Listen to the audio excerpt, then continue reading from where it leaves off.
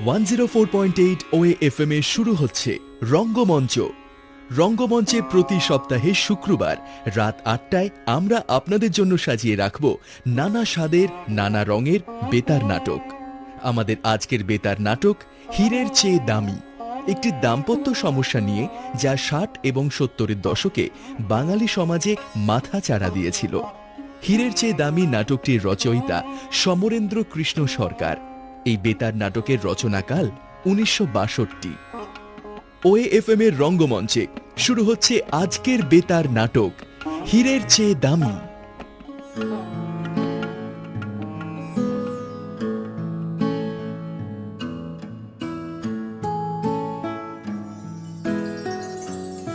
উর্মি, উর্মি, ৯টা বেজে গেল, শিগগির ভাত দাও। আমার ভাত বাড়া হয়ে গেছে, তুমি বসো, জায়গা করা আছে। ইস, আজ বড্ড দেরি করে ফেলেছি। ৯:৩০-র মধ্যে না খেতে বসে চলে না। এখন বাসে উঠতে পারলে হয়। আরে বাবা, ঠিক উঠতে পারবে, এখন খেয়ে নাও তো। আমি ভাত ছড়িয়ে দিয়েছি, বেশি গরম নেই। আর ডাল মাছের ঝোল তো একটু ঠান্ডা করে দিয়েছি কাশিতে ঢেলে। সত্যি উর্মি, তুমি আমার এত যত্ন করো না। এখন চুপ করে খাও তো। শোনো না, একটা কথা বলবো? কি? আমাদের বেড কভারটা না একদম ছিঁড়ে গেছে, বেশ কিছুদিন হলো। এখন আর না পাল্টালেই নয়। বেশ তো, পাল্টানো যাবে। একটা কিন্তু ভালো জিনিস এনো, মেজদির যেমন আছে। মেজদির যেমন আছে সেরকম জিনিসের দাম জানো? টাকা 50-এর কমে হবে না। কিন্তু জিনিসটাও কেমন বলো? তোমার মেজদিরা বড় লোক, তাদের সঙ্গে আমাদের তুলনা। ওদের দেখে দেখে তোমার বাবুয়ানিটা কিন্তু দিন দিন বাড়ছে উর্মি। কি আমার বাবুয়ানি বাড়ছে? হ্যাঁ। কখনো তোমার কাছে শখ করে কোনো আবদার করেছি? দামি কোনো জিনিস চেয়েছি? বেশ, চাই না আমার কোনো বেড কভার। যদি কোনোদিন নিজে রোজগার করতে পারি তখনই কিনে আনবো। আরে ও কি, অতগুলো ভাত পড়ে রইলো যে? তুমি কি আমাকে শান্তি করে খেতে দিলে? আমি তাড়াহুড়ো করছি আর তুমি মেজাজ দেখাতে শুরু করলে। এতে মেজাজ দেখানোর কি আছে? এই নাও তোমার টিফিন। আমি বেরোলাম। মুখটা এমন গোমরা করে রেখেছো কেন? সাবধানে যেও, আর শোনো, তাড়াতাড়ি ফিরো কিন্তু। সত্যি, অফিসে বেরোবার মুখে এসব কথা না বললেই ভালো হতো। কিন্তু আমাকে বললে আমি নাকি বাবুয়ানি করি, তাই তো মেজাজটা খারাপ হয়ে গেল। কেন? আমি কি আর ওর অবস্থাটা বুঝি না? বাবার অসুখে যা কিছু ছিল সব খরচ করেছে। অফিসে কত ধার হয়ে গেছে। আমি কি অবস্থা বুঝে সংসারের খরচ সামলে চলে তাকে সাহায্য করি না? তবে আমাকে অমন করে বললে কেন? মেজাজ খারাপ হবে না? কিন্তু কিন্তু সত্যি মনটা না ভীষণ খচখচ করছে। বেচারি মুখ ভার করে বেরিয়ে গেল। মোড় ঘোরার সময় অন্য দিনের মতো একবার পেছন ফিরেও দেখলে না। কে রে? লক্ষ্মী এলি? আজ এত তাড়াতাড়ি? 12টা তো বাজেনি এখনো। কাকে চাই? এটা কি সুমন ঘোষের বাড়ি? হ্যাঁ, কি হয়েছে? সুমন বাবুর অ্যাক্সিডেন্ট হয়েছে। সে কি? কোথায়? কি করে? এখন কেমন আছেন? আমাকে এক্ষুনি নিয়ে চলো। উনি বাসে উঠতে গিয়ে পড়ে গিয়ে অজ্ঞান হয়ে গেছেন। শম্ভুনাথ পণ্ডিত হসপিটালে রয়েছেন। পকেটের ডায়েরিতে ঠিকানা দেখে আমরা এসেছি, একেবারে ট্যাক্সি নিয়েই এসেছি। হ্যাঁ, চলো ভাই, চলো। দেখো তো কি কাণ্ডটা করে ফেললুম। তোমাকে কত বিপদে ফেললাম। তুমি ওসব কথা ভেবো না তো। সেদিন হাসপাতালে যখন দেখলাম তোমার জ্ঞান নেই, তখন আমার মনের অবস্থাটা যে কি হয়েছিল তা যদি জানতে। তুমি ভেবেছিলে আমি বুঝি? চুপ, ওসব কথা বলো না। এখন কদিন যে শুয়ে থাকতে হবে। লক্ষ্মী ছেলের মতো শুয়েই থাকো না কিছুদিন। লক্ষ্মী ছেলে না হয়ে উপায় বা কি বলো? ডান পায়ে কম্পাউন্ড ফ্র্যাকচার, ভার্টিব্রাল কলমে ইনজুরি, পায়ে প্লাস্টার, কোমরে প্লাস্টার। এখন 6 মাসের ধাক্কা অন্তত। ডক্টর দে তো বলেই দিয়েছেন বেশিও হতে পারে। তুমি এত ভাবছো কেন বলো তো? না ভেবে কি করি? কেমন করে চলবে সবকিছু? ডাক্তারের ফি, ওষুধপত্র, পথ্য, সংসারের খরচা। খরচা কি একটা? সে তুমি অত ভেবো না, ঠিক চলে যাবে দেখবে কোনো রকমে। সে তো দেখতেই পাচ্ছি। ওই যে গলার মোটা হারটা, 8 গাছা চুড়ি, সবই তো বাঁধা পড়েছে। আচ্ছা, হার চুড়িগুলো যদি দরকারের সময় কাজে না দেয় তো কি দাম সেগুলোর? সেগুলোর দাম কি শুধু সাজসজ্জা করবার জন্য? তুমি ভালো হয়ে উঠলে সব ছাড়িয়ে নেওয়া যাবে। উফ, কবে যে আবার অফিস জয়েন করতে পারবো? আচ্ছা শোনো, আমি যদি কোনো একটা কাজ পাই তুমি করতে দেবে? না, সত্যি বলছি, এবারে কিন্তু বলতে পারবে না তোমার আবার চাকরি করার কি দরকার। আগে যখনই আমি চাকরি করার কথা তুলেছি তুমি বলেছো পয়সা এলেই কি মনে সুখ আসে? সুখটা মনের জিনিস, পয়সা সে সুখ আনতে পারে কি?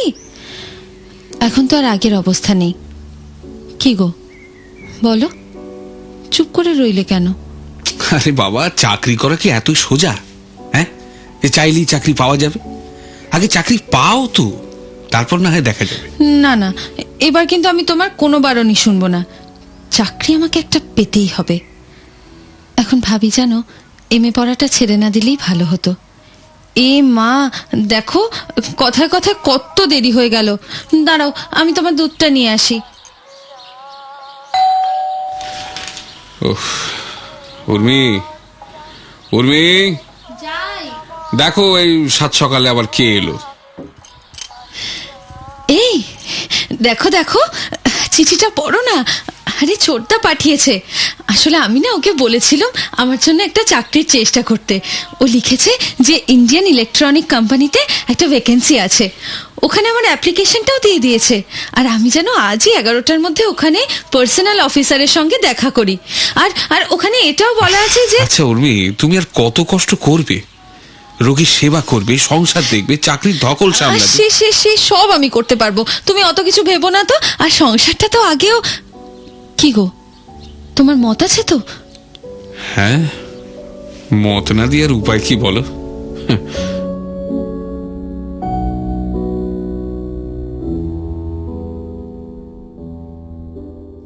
এই যে কুম্ভকর্ণ, ওঠো। কটা বাজলো জানো? কটা? 6:30 বেজে গেছে। ওঠো ওঠো। বাহ, তোমাকে আজ বেশ চমৎকার দেখাচ্ছে তো। প্রভাতে উঠিয়া মুখ দেখিনু, দিন যাবে আজই ভালো। আহা, অন্যদিন প্রভাতে কার মুখ দেখে ওঠো শুনি? না, আজকের মুখখানা একেবারে স্পেশাল। সদ্য স্নাতা গৌরী যেন, ভিজে চুলের রাশ পিঠের উপর ছড়ানো, পরিপাটি করে চুল আঁচড়ানো, সুন্দর স্মৃতিতে আমার উপস্থিতি, কপালে কুমকুমের টিপ। সত্যি উর্মি, চোখ ফেরানো যায় না। এই, আমার দিকে চেয়ে থাকলেই হবে? নাও, চাটা নাও। মিষ্টি, ভারী মিষ্টি।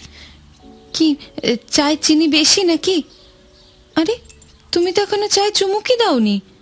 চা নয়, তুমি তোমাকে ভারী মিষ্টি দেখাচ্ছে উর্মি, ভারী মিষ্টি। কিন্তু উর্মি, কি ব্যাপার বলো তো? সাত সকালে এত সাজগোজ করেছো কেন? বারে, আজ তো সোমবার, মনে নেই তোমার? হ্যাঁ, সে তো ক্যালেন্ডারে রোববারের পরে সোমবার। ওহো, আমার একদম মনে ছিল না। আজ তো তোমার কাজে যোগ দেওয়ার দিন, তাই না? একদম মনে ছিল না।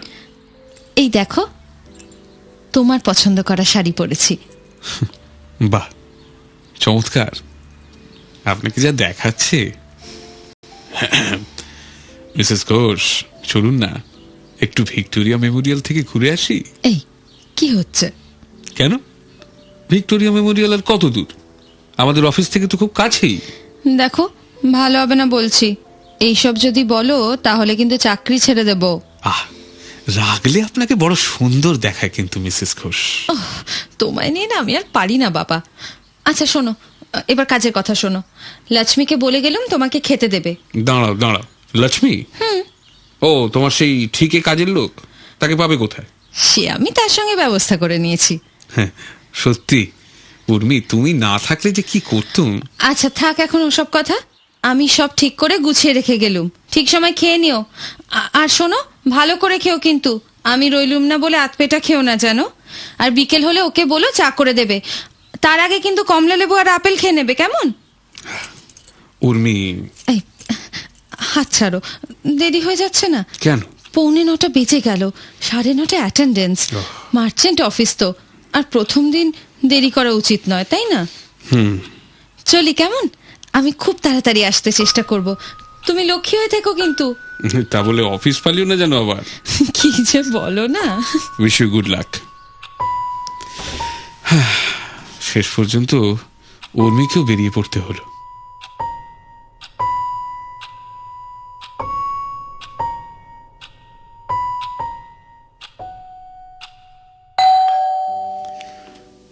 লক্ষ্মী, দেখো তো কে। আরে, তুমি এসে গেছো? তুমি কখন আসো তার অপেক্ষা করছিল। আমারও না তোমার জন্য মনটা ভীষণ ছটফট করছিল, তারপর 4:30 বাজতেই পালিয়েছি। আজ প্রথম দিন বলেই অবশ্য পেরেছি। এই জানো, আমাদের বড়বাবু লোকটা না বড় ভালো। আমি ওকে বলতেই আমাকে ছেড়ে দিলেন। বেশ করেছেন, কাছে এসো, এইখানে বসো। সেই কখন থেকে তোমার জন্য ঘড়ি দেখছি, তুমি জানো? সত্যি আমিও না অফিসে বসে সারাক্ষণ তোমার কথা মনে করেছি। খালি মনে হয়েছে বুড়িটা ঠিক মতো তোমাকে সার্ভ করতে পারছে কিনা, হয়তো তোমার ঘুম আসছে না। আচ্ছা, তোমাকে লক্ষ্মী ফলটলগুলো ঠিক মতো দিয়েছিল তো? হ্যাঁ হ্যাঁ, লক্ষ্মী খুব কাজের লোক। আমার খুব যত্ন করলে চাও তৈরি করে দিতে চেয়েছিল, তা আমি খাইনি। তুমি এলে তোমার সঙ্গে একসঙ্গে খাবো বলে। এটা কিন্তু ঠিক নয়। আজ নয় আমি তাড়াতাড়ি ফিরে এলুম, কিন্তু অন্যদিন তো তা হবে না। তুমি অন্যদিন আগে চা খেয়ে নিও, আমি এলেই তুমি আরেক কাপ চা পাবে মশাই। যাকে, তোমার নতুন অফিস কেমন লাগলো? খুব খাটনি না? না, খাটনি খুব একটা নয়। কলিগরা কেমন? এই তোমার অফিসের বস কি বললেন? তোমাকে পছন্দ? উফ, ফের অসভ্যতা। বাহ, কিন্তু অসভ্যতার কি আছে? আরে, এই প্রশ্ন তো সবাই করে থাকে। Most pertinent question. তাই বই কি? আমি যেন তোমাকে চিনি না।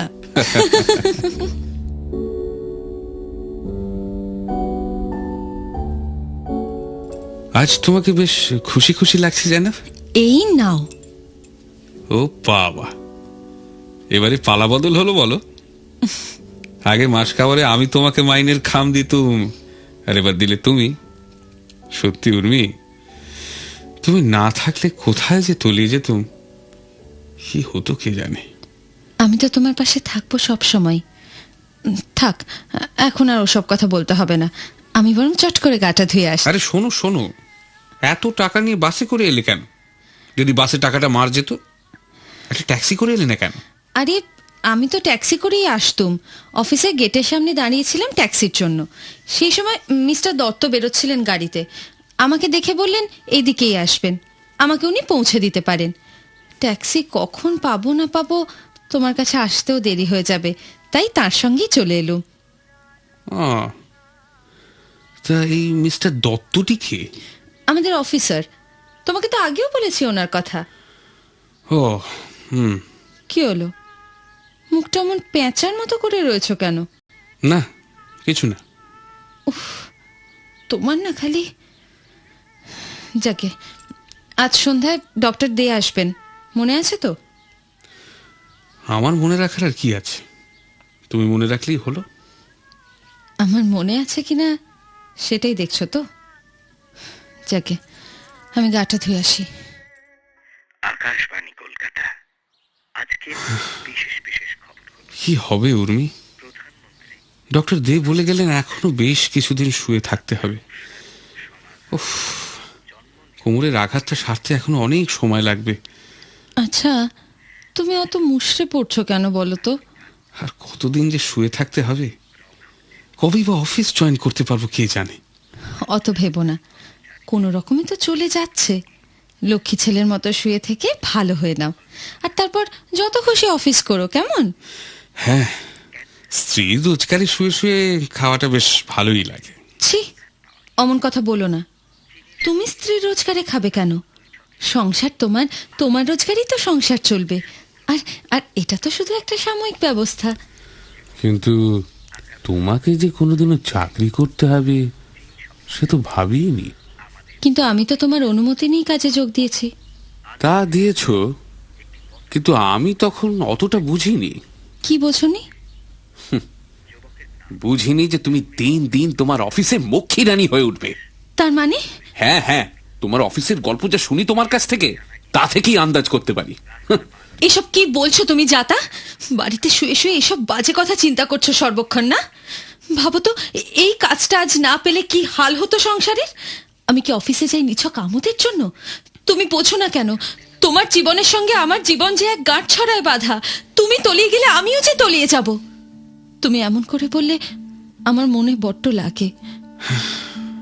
উর্মি, তুমি রাগ করো না। আসলে আমার এই অবস্থাটা না আমার একদম ভালো লাগছে না, জানো। আমি আর সামলাতে পারছি না আমার। আচ্ছা আচ্ছা, শোনো, তুমি না একদম চিন্তা করো না। তুমি ঠিক ভালো উঠবে, দেখবে। কি ভাবছো?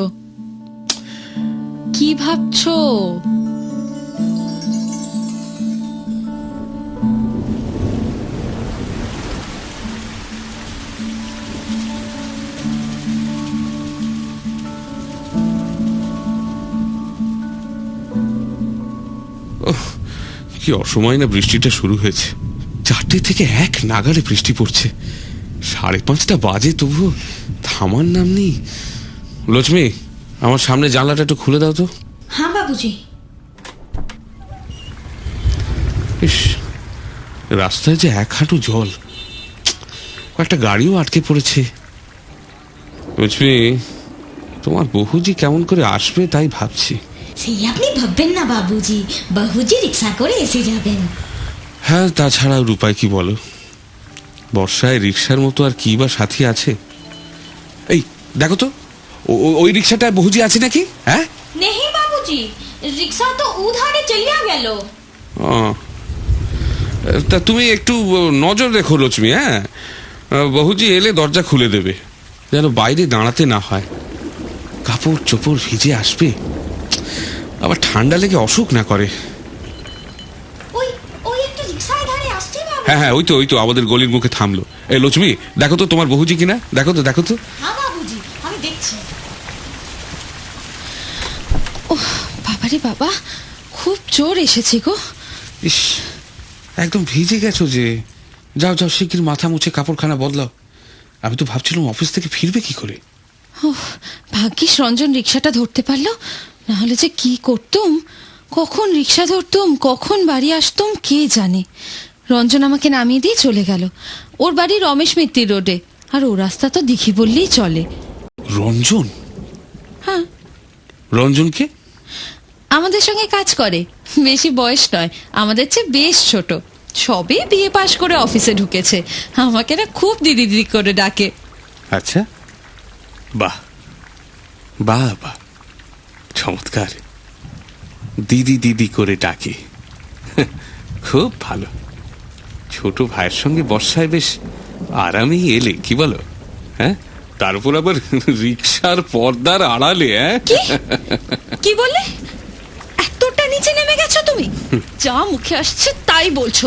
তোমার মন যে এত ছোট, এত নোংরা, আমি না স্বপ্নেও ভাবতে পারিনি। ও, তুমি যা ইচ্ছে তাই করে বেড়াবে, আর আমি কিছু বললেই তখন ও, তাও তুমি থামবে না? না, বাহ, খুব ভালো। তাহলে চালিয়ে যাও, ভালো করে চালিয়ে যাও। সে চালাতে হলে চালাতে হবে। হ্যাঁ, সেটা তো আমি বুঝতেই পারছি। যাকে, আমি গিয়ে কাপড়টা ছেড়ে আসি।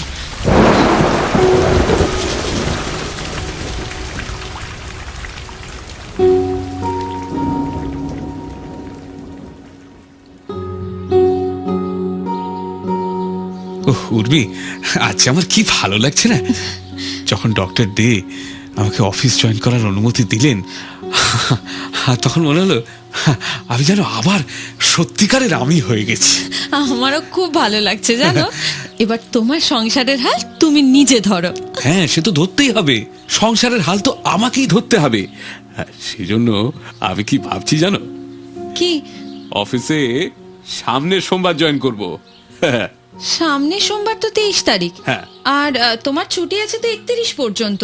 তুমি তো পয়লাতেই জয়েন করতে পারো। হ্যাঁ, পারি, কিন্তু অতদিন বাড়িতে বসে কি করব বলো। আর এতদিন উপায় ছিল না বলে বাড়িতে বসেছিলাম। এখন আর একদম বাড়িতে বসে থাকতে ইচ্ছে করছে না গো। ইচ্ছে করছে না? না না, উর্মি, তুমি আমার একটা কাজ করতে পারবে? হ্যাঁ, বলো। অফিসে, মানে আমার অফিসে একটা চিঠি লিখে দেবো যে আমি 23-এ জয়েন করব। তুমি তোমার অফিসের কাউকে দিয়ে আমার অফিসে যে চিঠিটা পাঠাতে পারবে না? উফ, তুমি তো দেখছি একদম নাচোর বান্দা। একটা দিনও আর তর্স হয়েছে না। বেশ বাবা, 23-এই যেও, তোমার চিঠি কালই আমি পাঠিয়ে দেবো।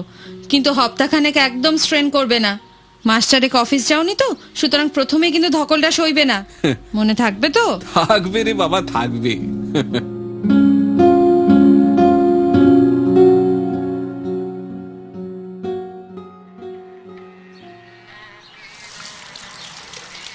উর্মি, তোমার হলো? উফ, তুমি না বড্ড ব্যস্ত বাগিস। এত তারা কিসের তোমার? এই তো সবে 9টা বাজলো। আসলে আজ ছুটির পর প্রথম দিন, মানে অনেকদিন পরে অফিস যাচ্ছি তো, তাই আর কি। ঠিক আছে, আমি তোমাকে ঠিক সময় অফিস পৌঁছে দেবো, তাহলেই তো হলো।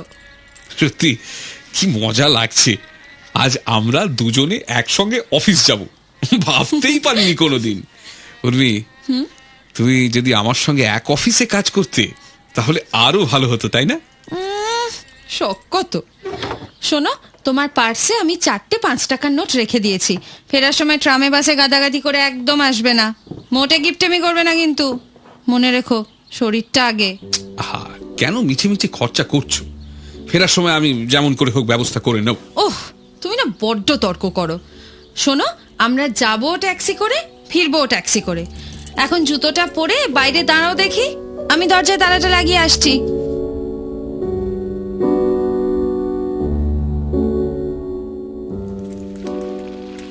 উর্মি, উর্মি, কোথায় তুমি? আরে কি বলছো? আমি তো এখানে রান্নাঘরে। সে কি, তুমি এখনো রান্না করে? দিব্যি নিশ্চিন্ত যে? চানও তো সারুনি দেখছি। যাও যাও, চান করো গে। কি চাপিয়েছো? আমি দেখছি তুমি আজ ঠিক দেরি করে ফেলবে। আজ মাসের পয়লা, সে কথা মনে আছে? কোনোদিন দেরি করো না, আজই দেরি করবে। যাও, তুমি তৈরি হয়ে নাও গে, দেরি করো না। তার মানে আমি তৈরি হয়ে নেব আর তুমি তৈরি হবে না? ব্যাপারটা কি? আমি অফিসে যাব না। সে কি, শরীর খারাপ হয়েছে? বলনি তো। শরীর খারাপ মনে হলে চুপ করে শুয়ে থাকো, স্ট্রেন করো না। না তো, আমার শরীর ভালোই আছে। তবে অফিসে কোনো গোলমাল হয়েছে? না, কিছুই হয়নি ওসব। তবে আমি চাকরিটা ছেড়ে দিয়েছি। মানে? হ্যাঁ, গতকাল মাইনে নিয়ে রেজিগনেশন লেটারটা দিয়ে এসেছি। চাকরি চাকরি ছেড়ে দিয়েছো? লোকে চাকরি পায় না আর তুমি চাকরি ছেড়ে দিলে? ভেবেছিলাম দুজনে মিলে চাকরি করে একটু টাকার মুখ দেখব, একটু সুখের মুখ দেখব। টাকার মুখ দেখলেই তো সুখের মুখ দেখা যায় না। আমি চাই সুখের মুখ দেখতে। তোমাকে পেয়েছি আমি, সেটাই আমার সুখ। টাকার পেছনে ছুটে শেষে কি তোমাকে হারাবো নাকি? না, সে আমি পারবো না গো। সংসারের যখন প্রয়োজন ছিল তখন চাকরি করেছি, সে চাকরির আজ তো আর প্রয়োজন নেই। তুমি ভালো হয়েছো, আবার অফিস বেরোচ্ছ, হে আমার জন্য কত আনন্দের জানো। তুমি রাগ করো না আমার উপর। সংসারের আয় কমে গেল সত্যি, কিন্তু তোমার আমার দুজনের পক্ষেই এটা অনেক শুভ হলো। সুমন, আমি কিন্তু অনেক ভেবেই কাজটা করেছি। আচ্ছা, বেশ বেশ, তাহলে আমি চলি। তোমার ভাত কিন্তু রেডি, খেতে বসে যাও, দেরি করো না যেন। এরপর বাসে ট্রামে ভিড়টা বেড়ে যাবে।